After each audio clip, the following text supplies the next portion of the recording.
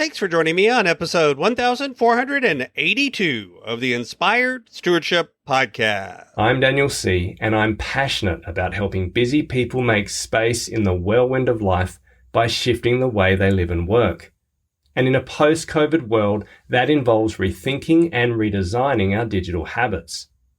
I challenge you to invest in yourself, in others, and in our world by using your time, your talents, and your treasure to live out your calling. Having the ability to use technology well without letting it take over your life is so important, and one way to be inspired to do this is to listen to the Inspired Stewardship podcast with my friend Scott Matterer.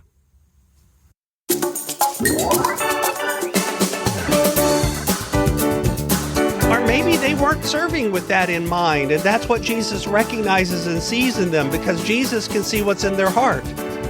And I like to interpret this as they actually were serving selflessly, not selfishly. But who knows? The passage is definitely not clear, but regardless, Jesus made it clear. Welcome, and thank you for joining us on the Inspired Stewardship Podcast. If you truly desire to become the person who God wants you to be, then you must learn to use your time, your talent, and your treasures for your true calling.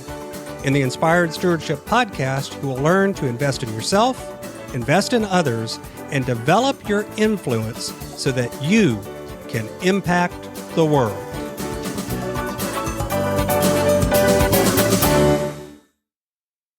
In today's Spiritual Foundation episode, I talk about Mark chapter 10, verses 35 through 45. I share how we often clamor for a place above our station, and I also talk about how service is about service, not gain. Mark chapter 10, verses 35 through 45 says, James and John, the sons of Zebedee, came forward to him and said to him, Teacher, we want you to do for us whatever we ask of you. He said to them, What is it you want me to do for you? And they said to him, Appoint us to sit, one at your right hand and one at your left in your glory. But Jesus said to them, You do not know what you are asking. Are you able to drink the cup that I drink, or be baptized with the baptism that I am baptized with? And they replied, We are able. Then Jesus said to them, The cup that I drink you will drink, and with the baptism with which I am baptized you will be baptized. But to sit at my right hand or my left is not mine to be appointed, but it is for those for whom it has been prepared. When the 10 heard this, they began to be angry with James and John. So Jesus called them and said to them, You know that among the Gentiles, those whom they recognize as their ruler lords it over them, and their great ones are tyrants over them. But it is not so among you. Instead, whoever wishes to become great among you must be your servant. And whoever wishes to be first among you must be the slave of all. For the Son of Man came not to be served, but to serve, and to give his life as a ransom for many. This is one of those passages that when you hear it, you go, please tell me it didn't happen like this. Surely this is some sort of compression or retelling that leaves some things out, or maybe slips in some information, or trying to make a larger point. The story is bad enough, but Mark actually puts it in the narrative where James and John kind of come off as really rude, crass, indifferent, not understanding. See, there's a few verses that we skipped between the last lectionary part of the 10th chapter of Mark's Gospel in last week, where it talks about the dangers of riches and the dangers of money, and it ends with the first shall be last and the last shall be first in Mark chapter 10, verse 31. And here we start this passage with James and John walking up to Jesus and making a painfully selfish request. But in between, Mark chapter 10, verses 32 through 34 is a passage that says, They were on their way up to Jerusalem. Jesus was leading the way. The disciples were amazed, and those who followed were afraid. And again, Jesus took the 12 disciples to one side. He told them what was going to happen to him. We are going up to Jerusalem, he said. The Son of Man will be handed over to the chief priests and the teachers of the law, and they will sentence him to death. Then they will hand him over to the Gentiles. They will make fun of him and spit on him. They will whip him and kill him. 3 days later, he will rise from the dead. And then the very next passage is this one that we just read about James and John coming up to him and asking for this. Think about that. Here's Jesus bearing his soul, letting them know what's going to happen to him and for them. And reading that passage changes the tone of this passage. There's a lot going on in between. Why were they amazed? Why were they afraid? Who was amazed? Who was afraid? What exactly was happening? And why did Jesus think telling them about his upcoming death was going to help them with that fear or that amazement, was going to quell it? There's a lot to unpack there. But after that, we have James and John. In a way, it feels icky that Jesus just talks about being mocked and spit upon and flogged and killed, and James and John say, give us the best seats in the house. They did it on the sly, too, because later it says when the 10 heard this, they get angry.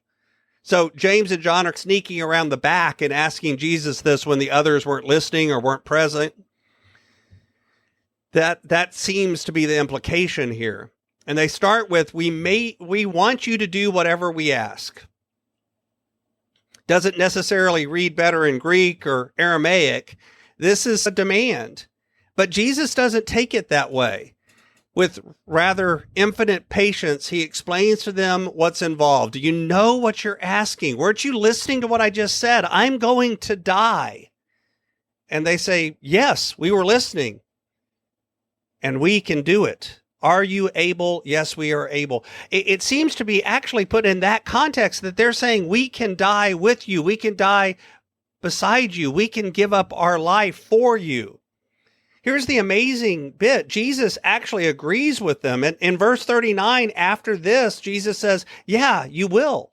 Whether he's saying that they're going to be persecuted as well, or whether he sees something significant in what the two of them are going to do to spread this movement and this message and keep it going, Jesus treats them with kindness, even in this kind of selfish moment.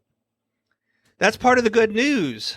Because after all, we all do this from time to time, right? We hold ourselves up as a little higher than we should. We look at ourselves because we're surrounded by messages telling us dream big, reach big, do all of that. You're special.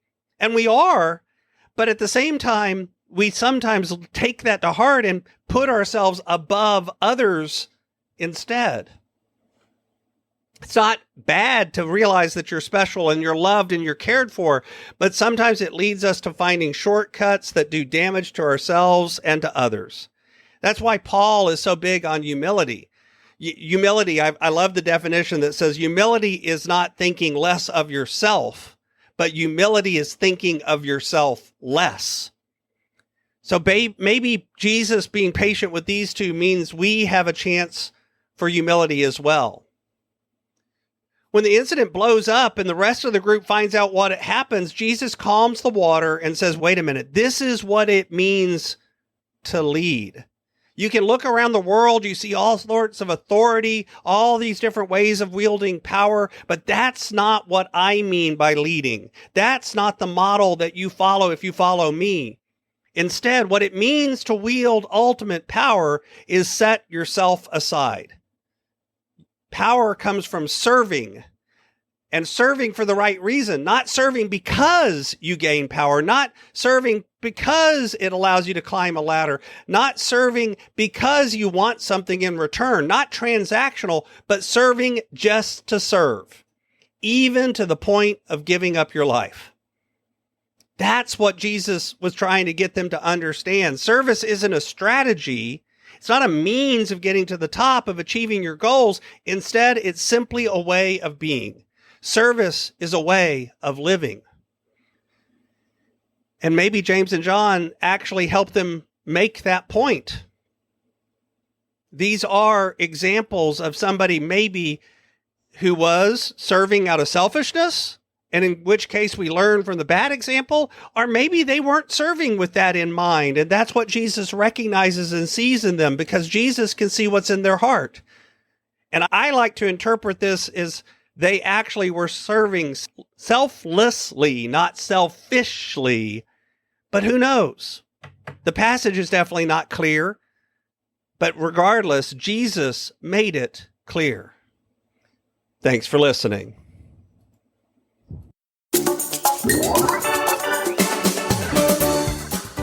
Thanks so much for listening to the Inspired Stewardship podcast. As a subscriber and listener, we challenge you to not just sit back and passively listen, but act on what you've heard and find a way to live your calling. If you enjoyed this episode, do me a favor. Go over to facebook.com/inspired stewardship and like our Facebook page and mark it that you'd like to get notifications from us so that we can connect with you on Facebook and make sure that we're serving you to the best of our abilities with time and tips there. Until next time, invest your time, your talent, and your treasures. Develop your influence and impact the world.